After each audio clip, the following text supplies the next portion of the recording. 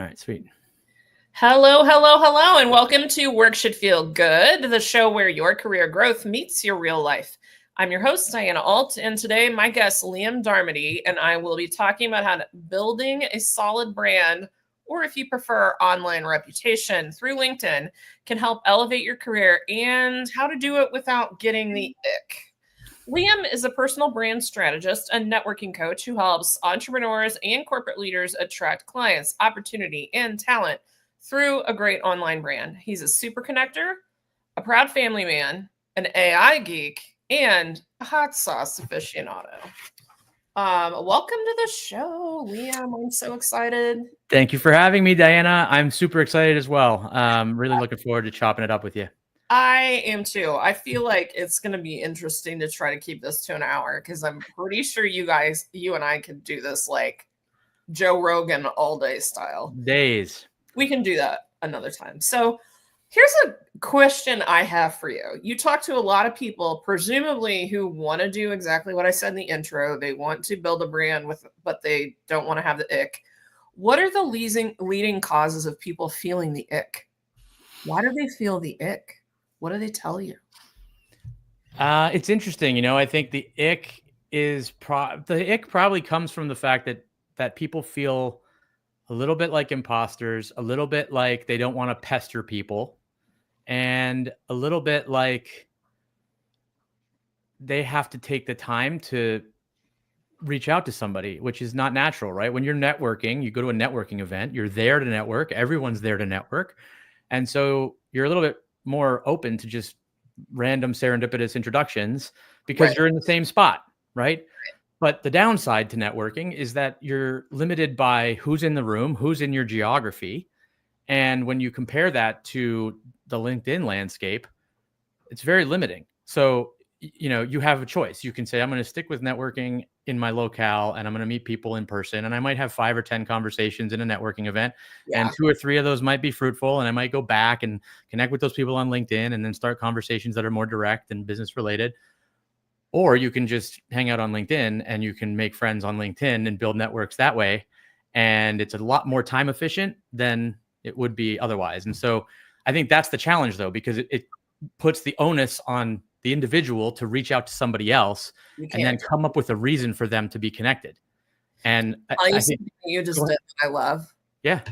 So I was thinking of the direction of personal branding. The way most people think of it is I made my profile pretty and I started doing content.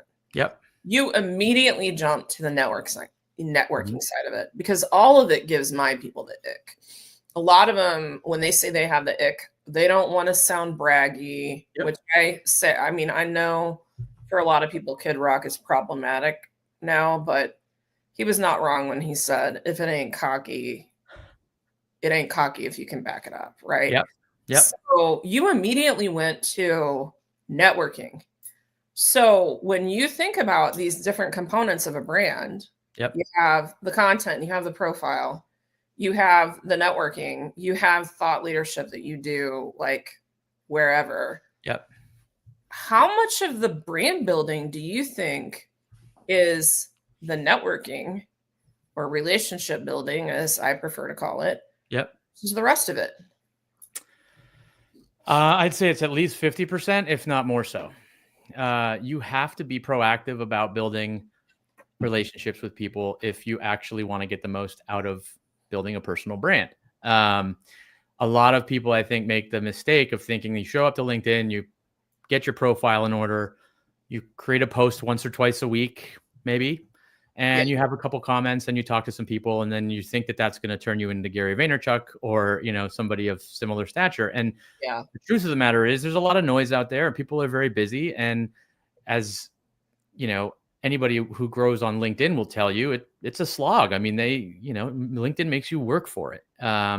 And so a lot of it is making sure that you are finding the right people for your brand, for your content, so that they're seeing what you put out there, right? And all of them are there, right? 1 billion people on LinkedIn.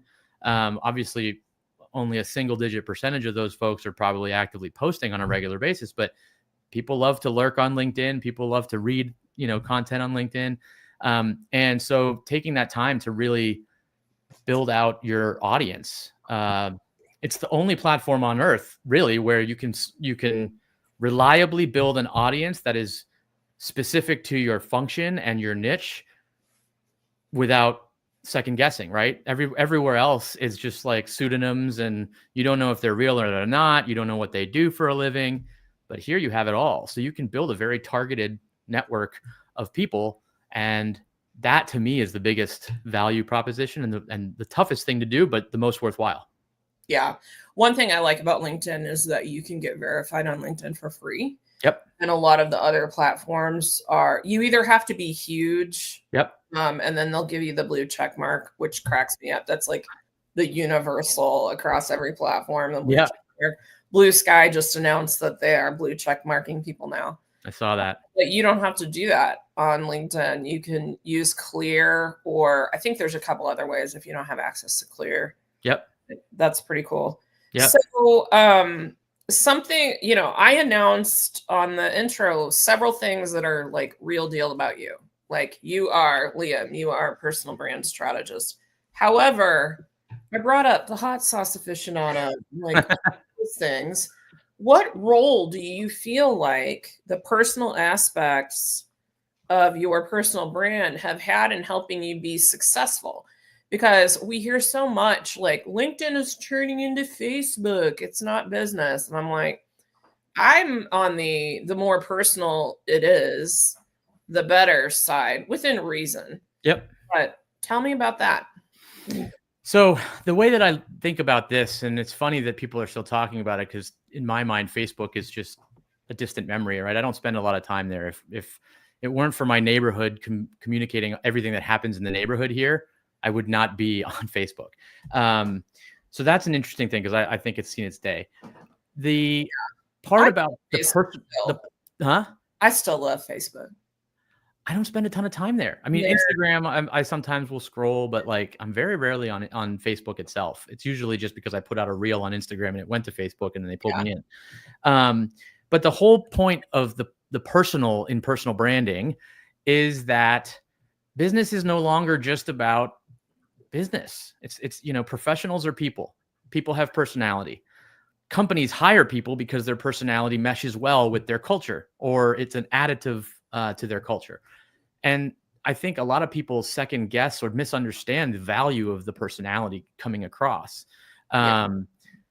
So, and the other thing is that once you get a job and you start working with somebody or your teams, you start sharing things about your personal life. All right. Every Monday morning, you ask, how was your weekend?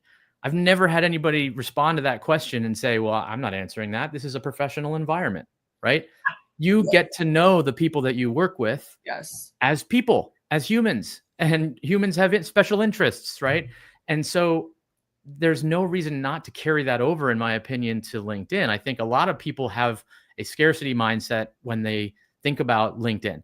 They think if I share my personal interests on this platform, opportunities will judge me for being too personal and unprofessional, and therefore I will miss out on opportunities. But the flip side of that, in my opinion, is I don't want to work somewhere that gives me shit for talking about hot sauce.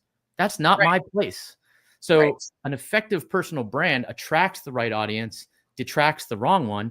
And if you can come to terms with that fact, then you become liberated to be yourself and talk about all of your special interests. And then that gets people interested in who you are as a person. And then they want to know what you do for a living. I think that's so important too. Like, one of the things that I bring in a little bit, especially I do post on Facebook fairly often. That's like my home, where I talk to my friends, and LinkedIn is my second home. I talk to my friends, and every other platform I'm kind of figuring out what I want it to be. But I believe for my religious day of the week is Taco Tuesday. Nice. And love Taco Tuesday. My friend Cabrina, who is also a huge LinkedIn nerd, I think I've tried to introduce you guys. You should definitely meet up. Okay. But she's like, you need to be talking about Taco Tuesday more. And so I started in 2025 just a little bit more talking about Taco Tuesday, and now people are like here for it. Boom. So I think the next time I do my my headline up. I'm gonna like bring up Taco Tuesday. I Nice. often am on this platform on the podcast with a Bucky's mug. Today I'm a St. Louis Cardinals mug. I have a Bucky's mug like that. I have the red Bucky's mug. It's in the dishwasher. Yeah, me too. It's good. It's quality. You know, like these are just the things that make us us, and then we also happen to be amazing at some things. How Exactly. often does someone hit you in the DMs to ask about hot sauce? At least once a week. Strangers Yep. asking me about hot sauce. I love that. Perfect strangers, and sometimes perfect strangers tag me in posts about hot sauce that are elsewhere on the platform, because they associate the chili pepper with me, and that is exactly what I want it to be. Right? I want people building an effective personal brand means people are talking about you when you're not in the room. Yes. Right? Can you say that again? Because people are often unclear on what a brand is even for or about. Sure. So I always say to people, your personal brand is not who you are online. Your personal brand is who you are online. Yes. Right. One simple change to grammar, massive difference in meaning. And I think people tend to view a platform like LinkedIn and just career searching and job seeking in general as there's a requirement to sort of put on airs or to put your best foot forward and not let your personality shine through too much, because what if somebody doesn't like it? Well, what I learned is that if somebody doesn't like my personality, that's fine. They can go and find other people to work with. Right. I want to focus on attracting the people who do find what I'm talking about valuable and useful and interesting, or entertaining or funny or whatever, and build relationships with those people, because that is where opportunity starts to form. Yeah. There's a billion people on LinkedIn. Right. And I mean, not even that, right? There's only like 25% of them are monthly active users, apparently. How many? What? 25? Supposedly 25% of LinkedIn members are monthly active users. So it's still such early days. Yeah. Well, and also people don't know what the platform can do. Right. So I think I've seen a number of people that were inactive. Like my friend Shelby is an example of this. So Shelby and I worked together like 12 years ago or something. She was like my work wife when I took a little detour through digital marketing agency. Yep. But she and I hadn't been in contact for a very long time outside of an occasional comment on either LinkedIn or, Facebook typically. But she and I connected because she left a job last year. We did a very short, concentrated coaching engagement. And in that, I suggested to her, because she's VP level in client experience, client retention experience. Yep. And I said, you need to talk about this. Like, she's a rich font of information. And she was scared, very scared to do it. I did a whole episode with her on the show, talking about how she went from like a LinkedIn quiet cobwebs on the profile person into creating content regularly and discovering that she liked writing. So what I'm seeing is sometimes people are coming back 5, 10, however many years later when they need the platform again. Yep. And they're discovering what it is. And some people are like, it feels like Facebook. I hate that, which is not the right way to think about it, in my opinion. But they're starting to use it differently than they did the last time. Are you seeing the same thing? Yeah. I'm seeing a lot more people spending time here, a lot more people realizing that there's a conversation and a community happening on LinkedIn. I think most people don't think about LinkedIn that way. They think about it as a utility to store your existing network, find a job every couple of years, and just, share your company's press releases and congratulate your network on new jobs that they have. Then you just wait until the next time you want to find a job to come back here. And that's not what LinkedIn wants to be. I don't think. I think LinkedIn is evolving into a personal brand platform. And that will create opportunity for job seekers. It will create opportunity for entrepreneurs, founders, companies, etc.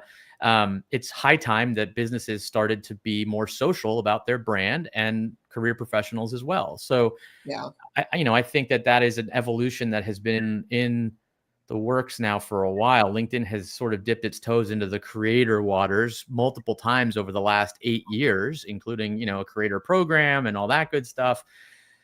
And it's just old habits die hard. I think LinkedIn is the oldest social network, right? It's been around since 2003, 2004, if you think about it, right? Facebook was not a thing yet. Twitter was not a thing yet. Instagram, none of that was there. And so old habits die hard, right? Yeah, everybody thinks of this place as just a storage facility for your existing network. They're not thinking of it as a place to go and build new network relationships. It started in the age where Dice and Monster. That's right. Were the top places to go. And That's so right. a lot of the initial functionality was like that. Yep. That's where, in the early 2000s, I was looking. Dice was my BFF during the tech wreck era. I remember Dice. I was using it all the time. So let's go to the Wayback Machine for a little bit. Sure. So you started messing around on LinkedIn long before you started Liam's Brand Stand. Oh, yeah. And so talk to me about what state you were in kind of in your corporate career. Yep. And you started being active on LinkedIn, and what first led you to do that, what you were first talking about, and then how that evolved into what you're doing today. Sure. So, I started spending time on LinkedIn more intentionally, in 2015 timeframe, 2014, 2015. That was actually a very interesting time in my life, because I had spent 6 years at Living Social, which, for those who don't remember, Living Social was a social selling site. It was sort of like a deal of the day site. It was a big craze in 2009, 2010. I was the 20th employee there. We grew to 5,000 employees in 6 years. We raised $1 billion. Time of my life, right? Like I feel like I got a mini MBA working there. I wore all sorts of different hats. It was just an exhilarating experience. But it didn't end up going the way we thought, right? We like many of the businesses, that there were at one point like 450 different businesses in that space, and there ended up being sort of 2 that made it to the finish line, and Groupon was one of them. They went public, and Living Social did not, and Living Social ended up getting acquired by Groupon for immaterial amounts. And I started creating content on LinkedIn that year because of how downtrodden and dejected I was after that experience. So I wrote a few articles on LinkedIn, because back then the feed wasn't really a big thing. And those articles were, I think I maybe had written them after I had, a couple too many one night, and they're very vulnerable, very raw, right? Yeah. Woke up the next morning, was like, shit, I should delete that post. What are people going to think about it? It's too long. It's too vulnerable. And I woke up and I checked LinkedIn, and I had messages in my inbox from tons of people who had read the article, and they were like, holy shit, I cannot believe that you wrote that. It's amazing. It summarizes exactly how I feel about this. And they were like, it's so vulnerable. It's so raw. It just speaks to me so much. And that's when I sort of realized, like, there's an untapped potential here, it seems, because people are paying attention to the content that's being created on this platform. But I didn't really do much with it for another few years. I just kind of continued to use it as an app that I consumed news and information from while I was on my commute to and from work and things like that. And then by 2019, I was, using it every day to consume content, but I wasn't spending a lot of time creating content. And I had the same fears that everybody has, which is, what am I going to say? I'm not an expert. There's no, reason for me to create content. Nobody cares what I think about business or anything else, which is a very common insecurity that people have. And I just said, you know what? My daughter just was born. I'm on paternity leave for a month. I'm just going to start creating content. Throw all caution to the wind, stop worrying about it, and just go. And so I did. And funnily enough, my announcement sort of to my network that I was going to be creating content was a news article called Why LinkedIn is the Place to Be in 2020. And I wrote that then. And during the pandemic, had the pandemic started already? Or not yet. It was like a month and a half before the pandemic started. Okay. And I think, that was one of the reasons that it was a place that I loved so much, because I was cooped up in a small house with an infant and a toddler and my wife, who I love dearly, but I definitely missed having those water cooler chats, the coffee chats in the kitchen, the lunches with colleagues and coworkers. And so LinkedIn sort of replaced that. LinkedIn and Clubhouse combined to sort of be my outlet for having conversations with other business folks. And ultimately just cemented LinkedIn as my platform of choice for sharing content. So for the better part of 4 years, I basically just posted whatever I liked. And it was funny because I didn't really understand that LinkedIn was very heavily used by entrepreneurs to build business and to sell business and to do business development. I kind of just thought it was another platform and people were posting. So a lot of the people that I was, I had the same thing. When I first started posting, it was around the same time. And I didn't post every day, but like I posted a lot about agile software development and workplace culture, because those two things were tied together for me.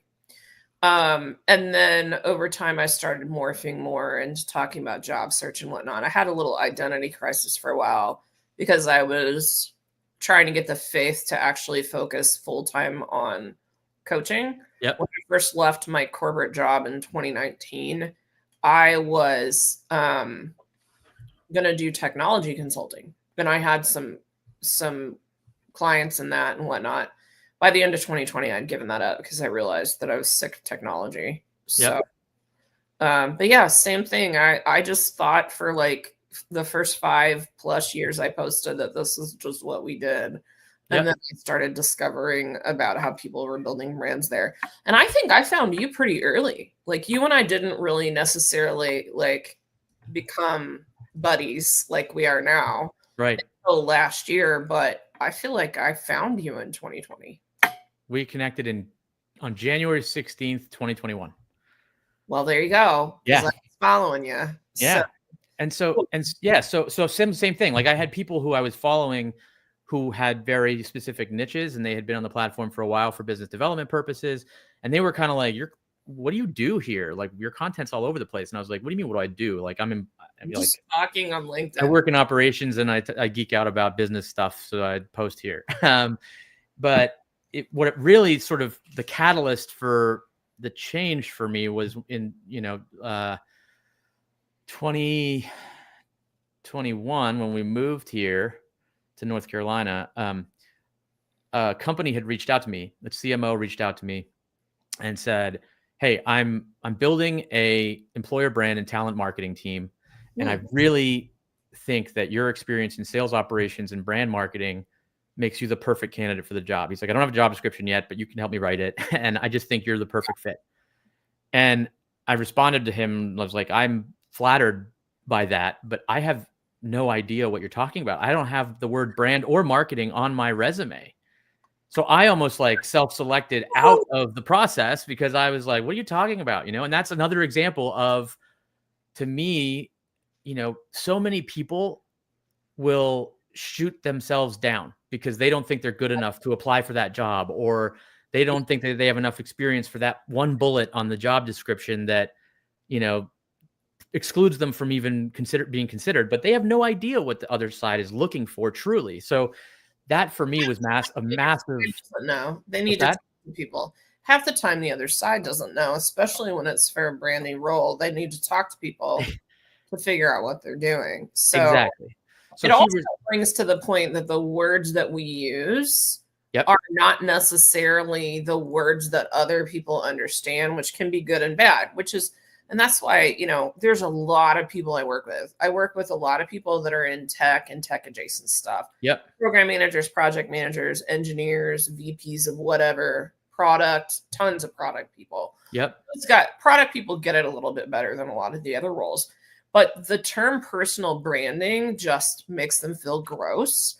Because a lot of the people that are talking about personal branding the most are, number one, clearly not actually writing their own content. And I don't just mean like AI. I mean like they just are the face of something that we don't even understand what's going on. They don't want to be a brand. They want to be a person. Right. And so I often use the term online reputation. I sometimes use terms like, we just need to help you figure out how to talk about yourself online, on paper, and out of your mouth. Yep. So you can do it anywhere. Yep. So I love that. I use reputation as well. I also use professional legacy. Right. I view LinkedIn as a legacy platform. So, yeah, the work that I'm doing on LinkedIn now, the content I'm creating, the conversations I'm having, my kids are going to see that when they get older, right? When my kid goes to college, or who knows what college looks like 10 years from now, but once my kid gets older and starts thinking more about the business world, like, I want to be able to look back and see the way that I think and how I relate to people and all that good stuff. I think there's lessons there. I also think everybody has a journey, and that is what LinkedIn for me has become. It's a place to share my journey professionally, but that also means personally, right? You can't have a professional journey without the personal being impacted. And the lines between personal and professional are blurring closer and closer together with every year that passes, right? I think that's one of the silver linings of that period of time, the pandemic, right? People were basically like, I'm not just going all in on work anymore and separating the two. Like, you have to have some balance. And so, and it's back to that story. I said to him, I don't know what you're talking about. I don't have any of that experience in my resume. And he said, I've been following you on LinkedIn for 6 months. I've seen all I need to see. He's like, with your sales ops background, I'm sure that you understand how to set up, automated campaigns and use tools and set up robust processes. And with your brand marketing voice and your personality, it's a perfect fit. So I took the job. We got acquired 2 years later. And then I was like, you know what? I'm going to go out and do this and build my business, because more people need to understand the opportunity that lies on this platform if you just embrace it and put yourself out there. Yeah. Thanks for sharing that story. I think it's so important, because all you were doing is just talking about stuff you cared about. Yep. And a lot of people, like many people, will say, I want to build a business, but I don't really know what. Yep. It's the same as, I want to switch my career around. I just really don't know what. They're exactly the same. It's just a matter of who's paying you. So I think that, like, one of the really good questions, if people are trying to discover, like, what should I write about, is, what did you rant to your work bestie about? Yeah. Like, and you don't have to say, like, maybe it was Jane, the project manager, that's always up your ass about whatever. Yeah.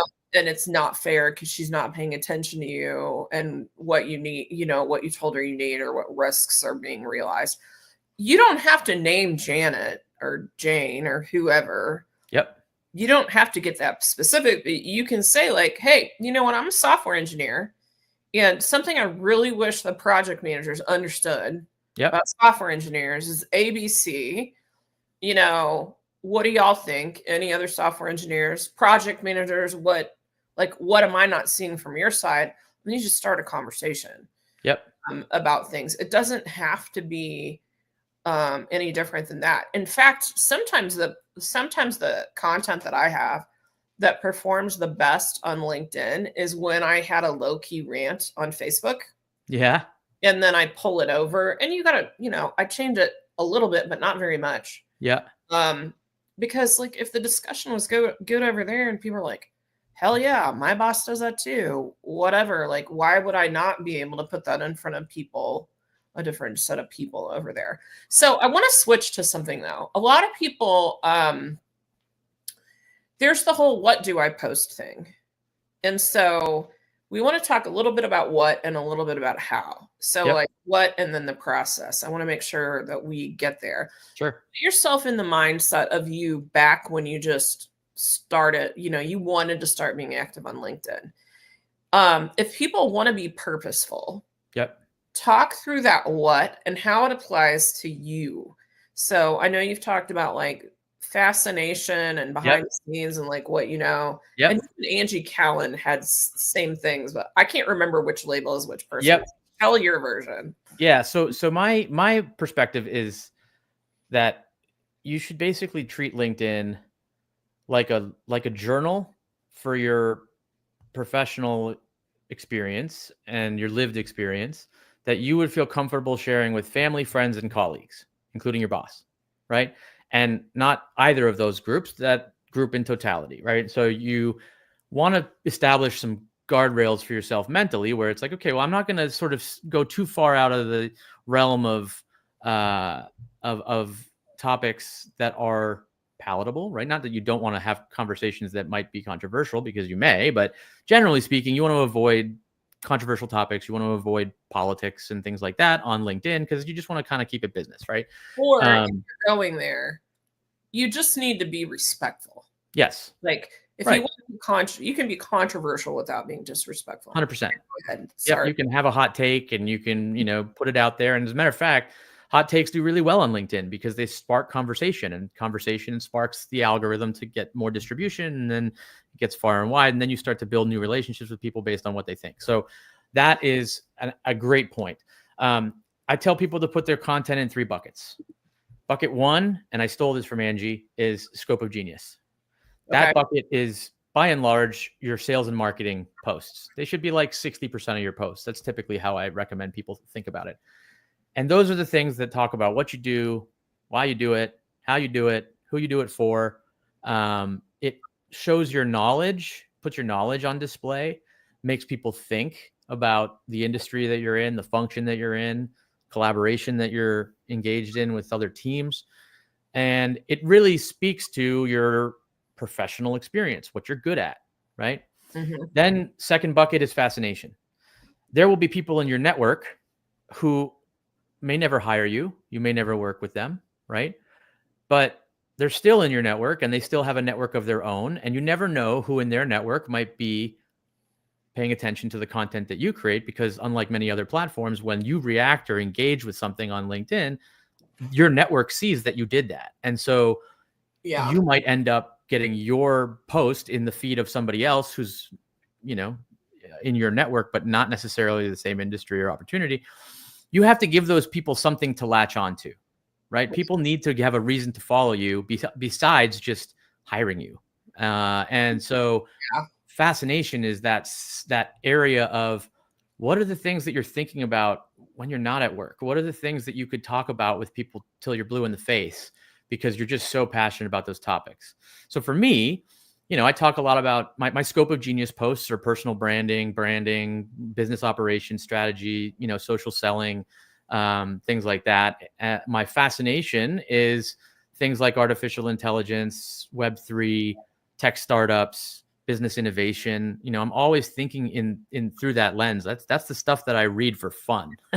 And then my third bucket is what I call window into your personal world. And these are the posts that are a little bit harder to press publish on, right? They're a little bit more emotionally raw. They're a little bit more vulnerable, but they're human. And humans relate to humans. And on LinkedIn especially, humans want to lift other humans up. It's one of my favorite things about the platform is people want to naturally lift other people up. You have a bit of a self-policing mechanism built into this platform because nobody wants their boss or their clients or their customers to see them acting like a jackass. So they save that for other platforms and they hang out here and they're the best version of themselves here. And that is one of the reasons that I suggest people post those more vulnerable things every now and then, because then you're really letting people get to know who you are, what makes you tick, right? And my posts about that are, my weight loss journey, what it's like to be a first-time founder, what it's like to be a working parent, right? And balancing all of that together. And those are things that are deeply personal, but I want to be deeply personal with my network. I want people to understand what I'm going through at any moment in time and get to know that I'm not just one way. I'm a human and I'm fallible and I have all sorts of different things. I think it's really important to think about that too, because you and I talked about this, and I'll get into something that I'm doing. I'll talk about like my pillars. Maybe you can critique my pillars live on the show. But that human stuff, a lot of times when we hear vulnerable, we think of like, oh my gosh, my baby broke her leg and had to go to the ER, or like stuff like that. It can be the funny stuff. Yeah. So tell the people how you ended up on LinkedIn Lunatics. First off, tell them what LinkedIn Lunatics is. So LinkedIn Lunatics is a very special corner of the internet on Reddit where people basically just annihilate posts that were posted on LinkedIn. And they will take posts that they think are cringe and they'll publish it to LinkedIn lunatics. And then a bunch of people will talk smack on it. And that's how they have fun, which is good for them. Different strokes for different folks. That's not how I roll, but you want to do that, fine. There's an Instagram page that called Best of LinkedIn that does the same thing.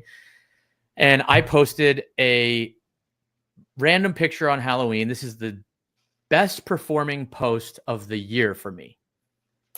And it's a picture of me dressed as a s'more for Halloween. I have 2 pieces of cardboard and a bunch of Hershey's chocolates taped to them, and then a white shirt as the marshmallow. And I got a pretty big belly. I'm a 300-pound guy, so like I'm not small. And I just posted a very simple post that said, here's my value-based Halloween tip. Don't dress like a s'more. And it blew up. I got 500,000 impressions. I had 3,000 engagements. And I think that the reason that worked is because it was as authentic as possible. It was just a random thought off the cuff. It was humorous and it was vulnerable, right? There aren't many 300-pound men who are like, yeah, take a look at me, right? You're usually a little bit more self-conscious. Yes. But I tie some of the reason that I think I was able to do that is because I'm more self-confident and self-assured now than I ever have been. And I attribute that to the fact that I show people on LinkedIn who I really am. And people have shown me that they appreciate that. So I don't have to necessarily worry about the people who are going to mock me. I don't worry about the LinkedIn lunatics. And as a matter of fact, one of the most beautiful things about that specific story and moment is that there were people in the comments on LinkedIn lunatics being like, no, he's a good one. We like him. Yeah. We like him. He's awesome. We like him. And so there were people sticking up for me when I wasn't in the room.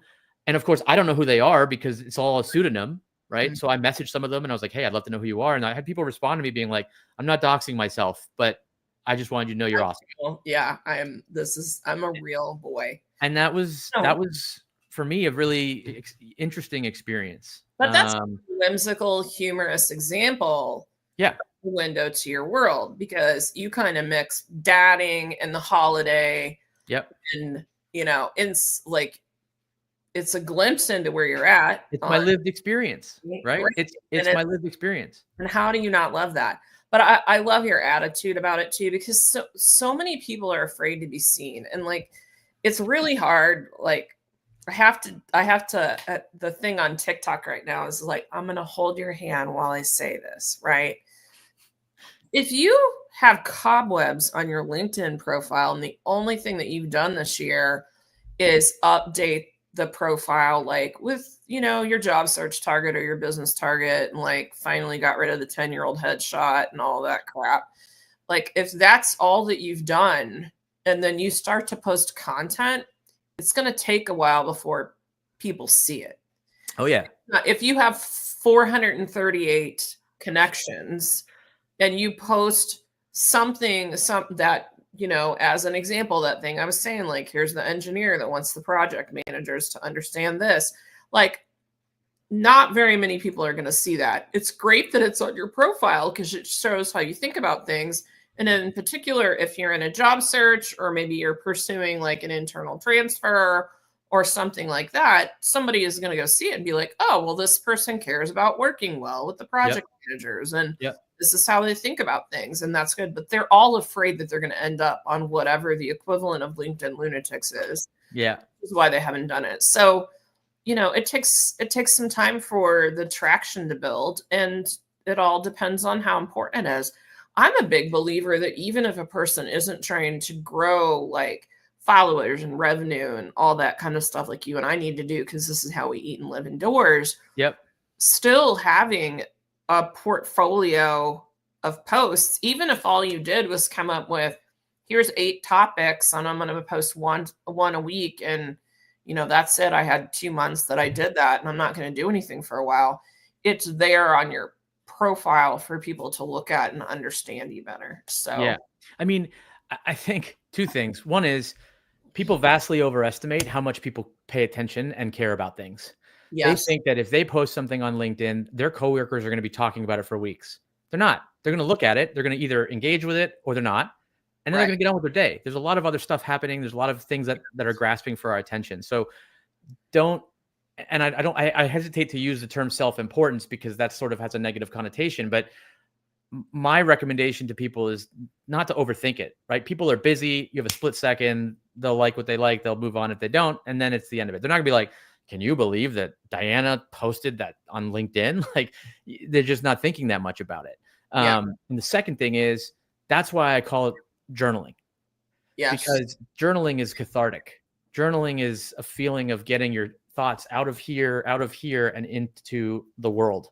And when you use LinkedIn to share the things that you think and the things that you feel, you're making the world a little bit of a better place in your own way. And I think it's really interesting that people don't want to do that whenever they're dying for their boss to appreciate them as a human. right. Like, maybe you're not sharing the human side of yourself. And I get that there's like trust dynamics and all of Sure. that stuff, but you can't lock everything away forever and then expect people to see you as an individual human.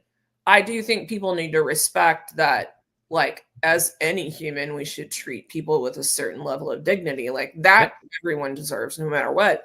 But if you don't crack open the shell a little bit, like why is anyone going to remember you? Right. So the biggest part of branding is are you memorable? Yep. Because the worst brand to have is the one where you say, "Oh, do you know Liam Darmody?" And they're like, "I don't know who the hell that is." Or Right. they go look, even if someone sends you a link, like I refer a lot of people to you to follow if they want to do LinkedIn in an authentic way.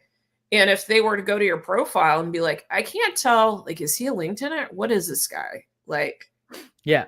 just saying hot sauce is not enough to detract from an otherwise strong brand. Question that I want to get into is the top mistakes people are making in networking via LinkedIn. And Yep. this is a little bit into the how side of this. Yep. So of course the top mistake is doing nothing. Yep. But once people break free of doing nothing, what are the top couple of things that they are doing wrong? And how do they correct them? So, first thing is, you're not treating your LinkedIn profile like a landing page, right? I think everybody needs to think of themselves through the lens of a marketer, whether you're an accountant or an engineer or a product manager or a marketer.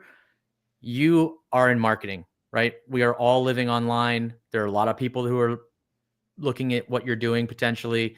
You want to make sure that your LinkedIn profile accurately reflects what you're good at, what you do, why you do it. I tell people that your resume is a very good representation of what you do, when you've done it, and where. Mm-hmm. LinkedIn is a great opportunity for you to show people who you are, why you do what you do, and how. And those two things are complementary. And when you add them up, they make for a robust personal brand, right? And you want to give people the ability to learn more about what you know and what you think and how you interact in the world of business when you're not looking for a job, because that means that opportunity could present itself when you're not necessarily looking for it, right? The best jobs and a lot of the best companies always say they hire people. They want to hire people who are gainfully employed, who are already, doing a job, because they've assumed that that's, the right way to go about it. And I'm not here to debate that, but my perspective is, give people an ability to see who you are, why you do what you do, and how you do it, because you never know what opportunity might lie on the other side of it. So your profile has to be like a landing page, right? Make sure all the bells and whistles are turned on. Make sure that, it's a good representation of what you do. Think about, resumes are so one-dimensional, right? You've got some white text and bullets on a piece of paper that's no more than 2 pages long or whatever, depending on how much experience you have. You are so much more than your resume. And that's where LinkedIn, I think, fills the gap. So that's one. Second is, are you building a network? Are you building relationships with people in the industry that you're in?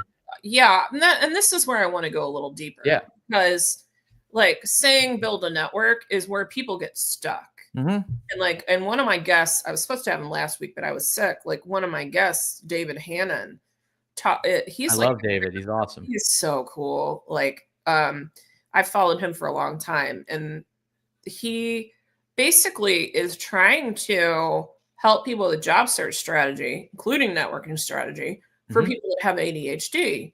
Yep. And most people, especially people that have ADHD, if you just tell them you need a network, they're like, what the hell? I don't know what that means. So let's pretend we're dealing with a product manager. Yep. Like that would have been me a few years ago, who wants to start networking. Yep. LinkedIn. Yep. Is open to doing it, but does not really know where to start. What are the first 3 things you'd tell that person to do? Assume that their LinkedIn profile is okay. Like, let's talk about the connection side. First step is identifying your ideal contact profile. So there's, I say ideal client profile for entrepreneurs. I say ideal contact profile for job seekers. Okay. And you want to make sure that you're thinking about the types of people that you want to be networking with on the platform. So if I'm a product manager or a director of product management, I probably want to be connected to VPs of product management, SVPs of product management, chief product officers.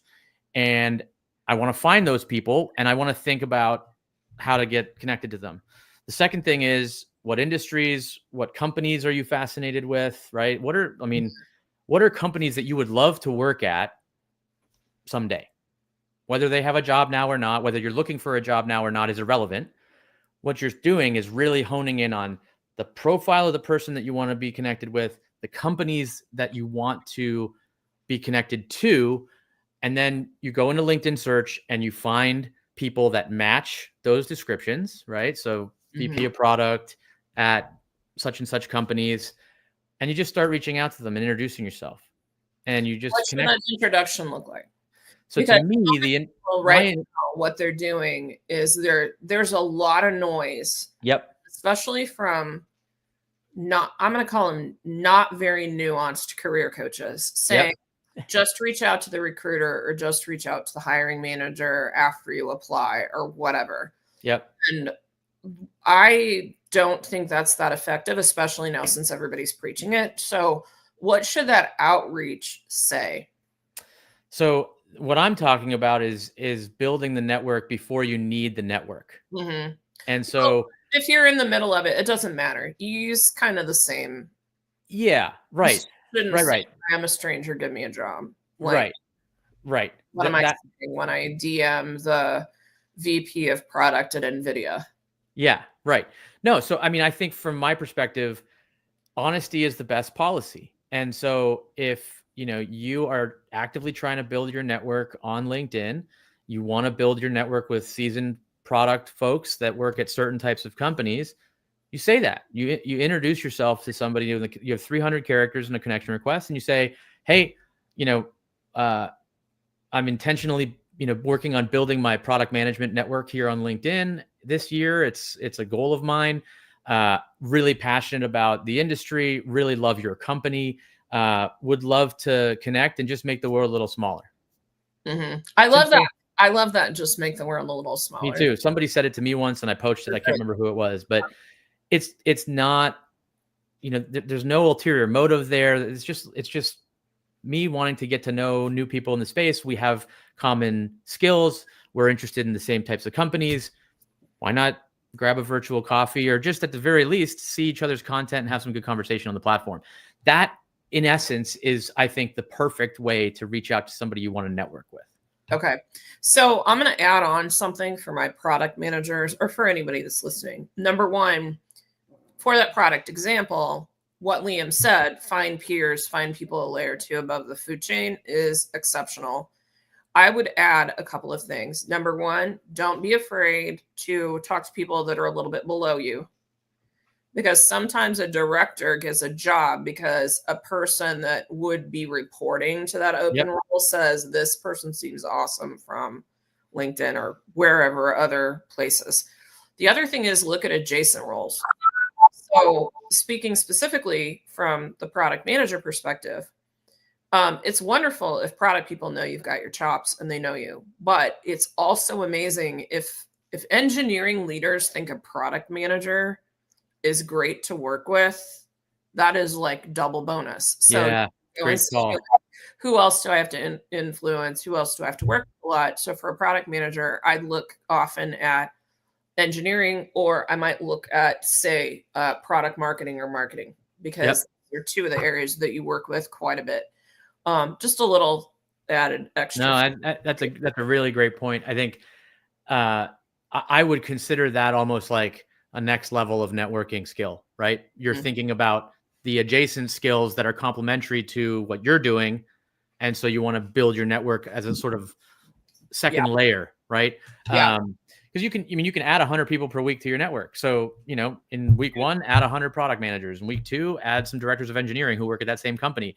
If you do that every month for a year, you've potentially got 4,000 new connections who are all in the industries or adjacent to the industry you want to be in, who all work at the companies that you're potentially interested in working at someday.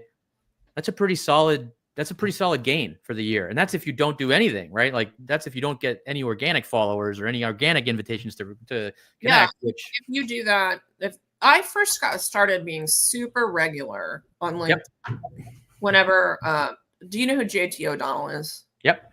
Okay, so JT came and spoke. She was a keynote speaker at the PMI conference in Kansas City several years ago, and I saw her speak. She actually roasted my LinkedIn profile. And oh, no way. Cool. Interesting.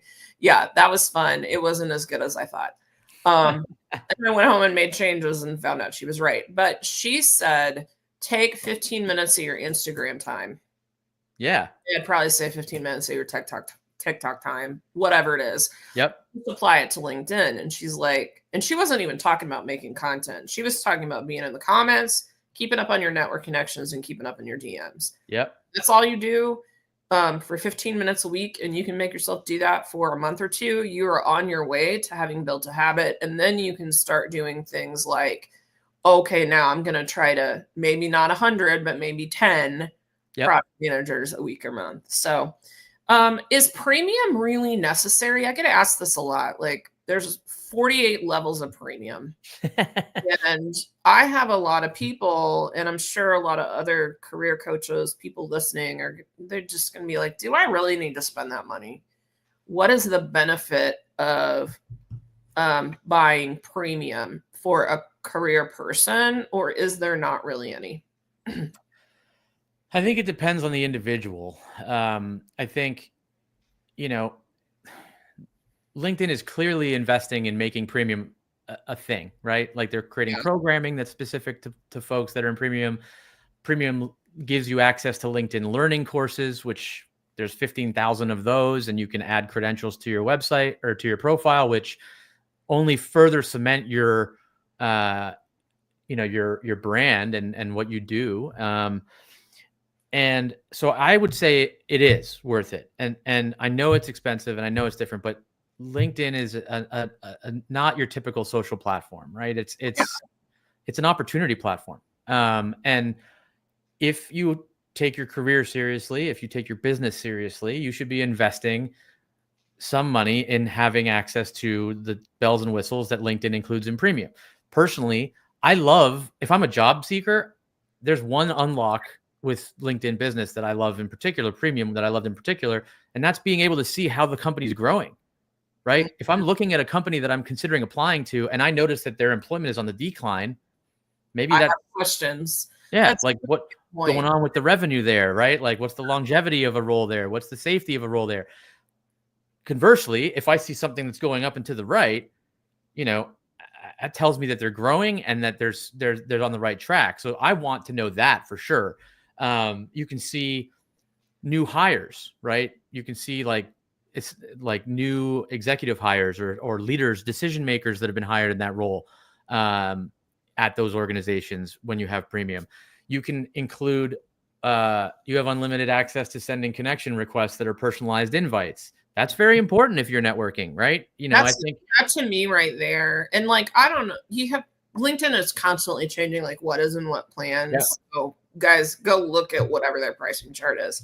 But what I would say personally is a high value is that personalized connection request. I don't use it for every request. Yep. I go through you had suggested in a class, I took your class that you now have. We'll talk about that in a minute. But I had taken your class and you had suggested like just go a couple times a week to your who viewed you. Yep. If there's anybody that meets like the profile that you'd want to connect with, just click connect. Yep. You don't have to, they already said they're interested because they Yep. looked at you. Yep. So you can save the note for that one probably. But if you're proactively looking through search and saying, oh, well, I want to find like startups in the UK that, you know, would hire directors of engineering or be my peer as a head of engineering, then those you would want to be able to send the personalized request for. Yeah. This is amazing. We could go all day, but I'm going to do the lightning round that often isn't really lightning-ish because I don't know how to shut up. And then we'll talk about like what else you're working on. I definitely want to touch on your course. So the first one, my first question is, what is the worst piece of career advice you've ever received?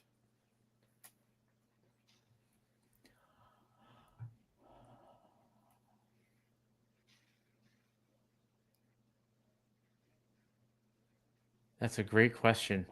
It's so good. I ask it every time.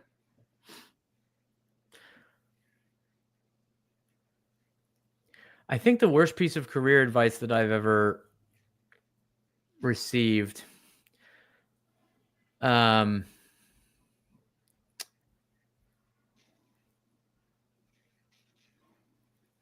is that you have to sort of climb the ladder in, you know, in steps, and you have to pursue a path.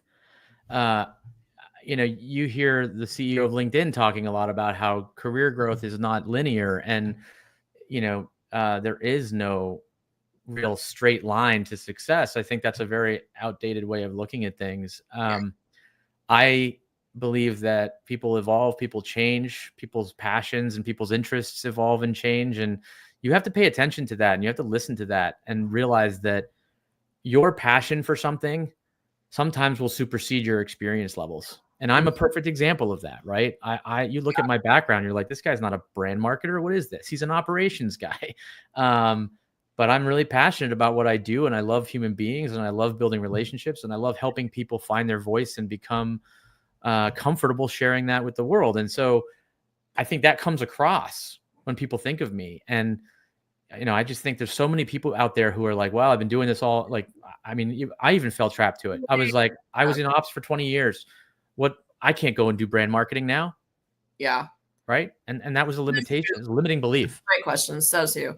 Like a couple of the things that come to mind are like, I wrote a blog post about how the career ladder is dead. And I think it's either a jungle gym or like a game of shoots and ladders. That's I love that. Shoots and ladders is a fun image because you do go back. And the thing that a rock wall is a really good analogy, actually, because on a rock wall, if you do competitive rock climbing, which I have never done and will never do, but me neither. I learned some stuff about it. And the thing that drew me in the most about it is that they call, in competitive rock climbing, they call whatever your thing is, I think they call it the problem. I've heard that at least for some. They will deliberately build those so that you have to go down in order to be successful sometimes. And if you're just out hanging out in Colorado or Moab or like wherever you find a rock wall, that happens in real life too. Is sometimes you cannot go straight up. You have to go down or you have to go sideways, and then you can go up. Yep. And so, yeah, I agree with you on the career. And I think the other thing is people have this mindset that you can only go up and forward, right? Yes. And a lot of that stems from what other people think of you. People are like, well, I can't go from VP to director because that's a step down. And then people will think that I got demoted, or people will think that I suck at my job. All of that is a mental construct in your head. Nobody actually pays that close attention to it, right? No. And, you know, if you are in a role that you don't love and you have an opportunity to go to something that you think you're going to really love, do it, because work is not work if you really love it. I mean, it is work, but it doesn't feel like it, you know? And I mean, I also hear a lot of, see what I mean about the lightning round? That's not a lightning round.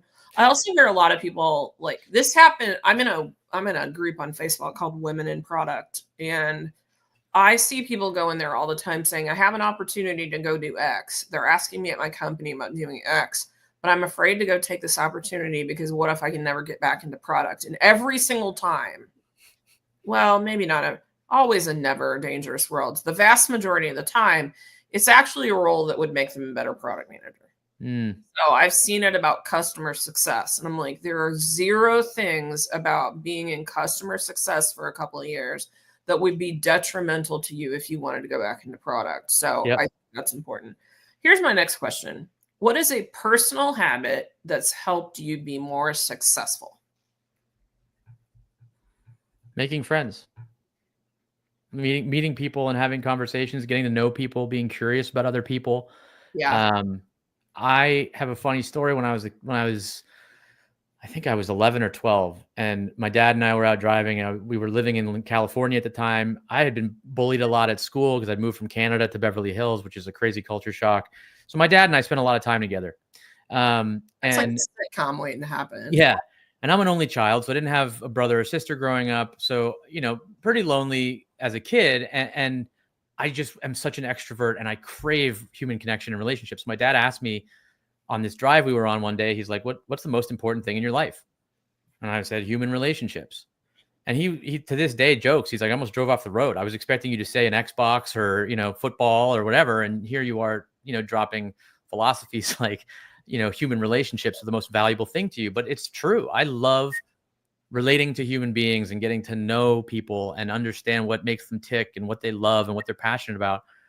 And oftentimes, I think one of the reasons I love that so much is because sometimes it surprises them, right? They'll end up talking to me about stuff and they're like, I didn't even realize that, This morning, I called the doctor's office to yell at them.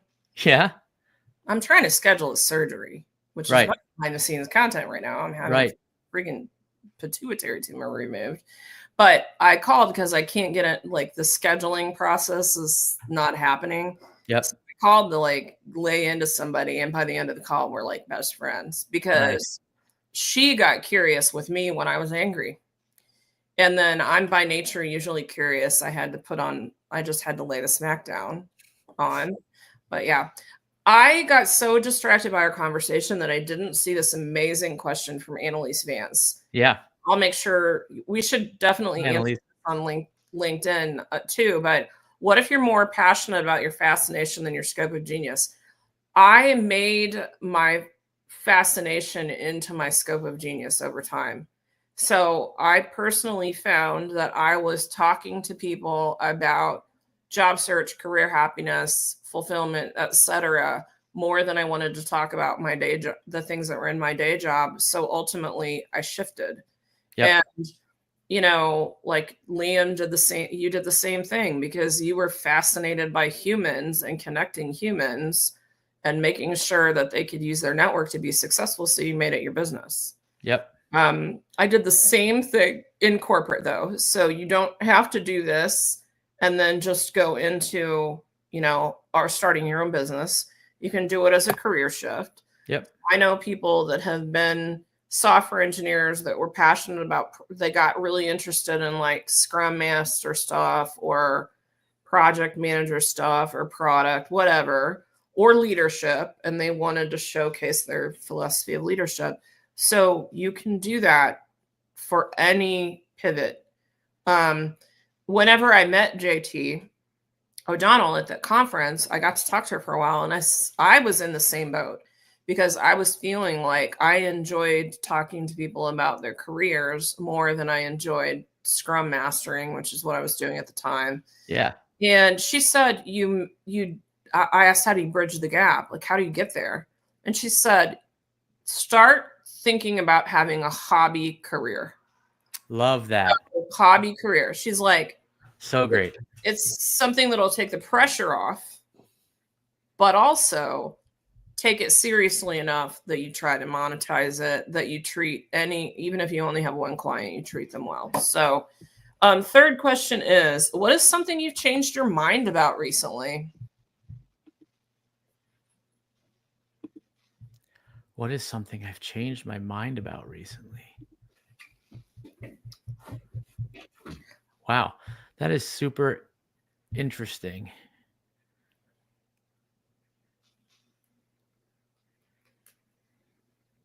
I mean,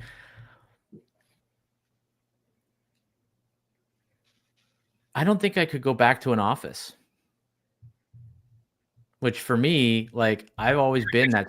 You liked The Office, didn't you? What's that? You kind of liked The Office. I love The Office. I mean, startup cultures, like there's nothing like it. You walk into a room, there's just a buzz and there's an energy and everybody knows each other and there's so much happening and there's so much socializing that happens that for me, I almost kind of thought that me starting this business was going to be a temporary thing until I figured out what I wanted to go and do next, because I thought that I would want to be in an office environment working with teams, and to this day, that's still, one of the things that I struggle with is, entrepreneurship is lonely. And, but I fill that gap with people that I have in my community on LinkedIn. So it's helpful for me to have that sort of relationship in place. So I think that's one of the things that I've changed my mind on. I would rather, if you gave me the option to make twice as much money as I'm making now and work in an office 5 days a week, or make what I'm making now and stay home, I would choose the latter. And that's saying a lot about where I am and what I'm doing and how passionate I am. And I don't do much out of my home because I'm mostly B2C, but like I am super excited. There's a couple in Kansas City that I'm friends with, and one has his own consulting business, and the other is like exploring kind of second act side hustle stuff. And I'm going to do like an in-person VIP day with them, like Nice. a whiteboard out. Like Yep. She's a business analyst, so she's got the whiteboard at her house. So I'll just go to her house. But I like doing that every once in a while, but I like the autonomy. And I have like autoimmune crap. So sometimes homegirl needs a nap. Yep. But the last one is, what is a common misconception people have about your work? I think a common misconception about my work is that I just do LinkedIn profile writing and potentially ghostwriting of content, and not the other parts, which are the most important parts, right? The networking, the leveraging LinkedIn as this vast platform that many people underutilize. They don't know how many different ways you can use this platform to build relationships and connection. They think of it in a very transactional mindset. It's a big platform. There's a ton of features. There's a ton of stuff that they're building all the time. And unless you kind of live on the platform like I do, you don't always catch it, and you don't always really think about what the practical application of that new feature they just rolled out is. And so, I think that I think for a long time that was my fault. I wasn't really talking about the fact that, I spent 20 years teaching sales teams how to leverage relationships and connection to close business, and how to use a platform like LinkedIn to build relationships and connection. And so that's on me, but I think that's one of the common misconceptions. Everybody lumps personal branding into content creation on LinkedIn. But that was my coaching moment for you. Yeah. Because the very first time we talked, I don't know, maybe it was even before we ever got on Zoom. It was, Liam, pal, what do you mean you're in sales ops and you're not talking about it? Because everyone gets so tired of like, it's a lot of the content stuff that people talk about, that a lot of the traditional personal branding people talk about is as annoying as the people that a few years ago were saying that your Instagram grid had to be perfectly branded and matched, which now is not the style. Yeah. So thanks for that. Well, we're almost done, but I want to ask, what are you working on? Like, what do you want people to know about, and how would you like people to connect with you? So I am working on the next evolution of my business, which is to essentially try and scale a little bit farther and wider. So I have always done one-to-one coaching. This year I launched group coaching, right, in the form of cohorts. And so that's been really fun for me. That taps into my need for being around other people and having kind of a team to jam with and, mind meld with. And that's been really, really fun for me. So I do a monthly cohort on Maven. And then I think the next thing that I'm probably thinking about is community, right? I think that there is very much, I find myself connecting people all the time. I consider myself a super connector. I'm like, oh yeah, you have a really great conversation with so-and-so. Do you know so-and-so? And a lot of times they're like, no. And it takes a lot of time to make those intros. It takes time to make those intros. And I think that if you are somebody who is really good at matching people with other people for mutual benefit, you almost have a responsibility to create a place and a space for them to kind of build relationships together. And you know, I think that is kind of the next evolution of my business as well, is the community piece. And then I think the other thing is, I think I don't really do any selling into companies, but I think that companies need to embrace the concept of employer branding and building a strategy for how to get your employees talking about their own personal brands on LinkedIn. Sell that into minimum. Like, what's that? There's 2 key areas to sell that into, and it's sales and talent acquisition. Right. Exactly. That a lot of people aren't thinking about. But like, I wish that there's a third, I don't know how to define it, but I'm going to drop this on you and then we can nerd out and figure it out for you later. But there are a lot of people in product marketing, we know in the executive suite, that are not in sales, they're not in HR, that are thinking about building programs, but they are the face of something in their company. Yep. So like product managers often are the face of whatever product line they're responsible for. Same thing can happen with product marketing. Sometimes the CTO or a head of engineering ends up being like a technical face of innovation, like that kind of thing. Yep. So that could be another cool angle to talk about. Yeah, for sure.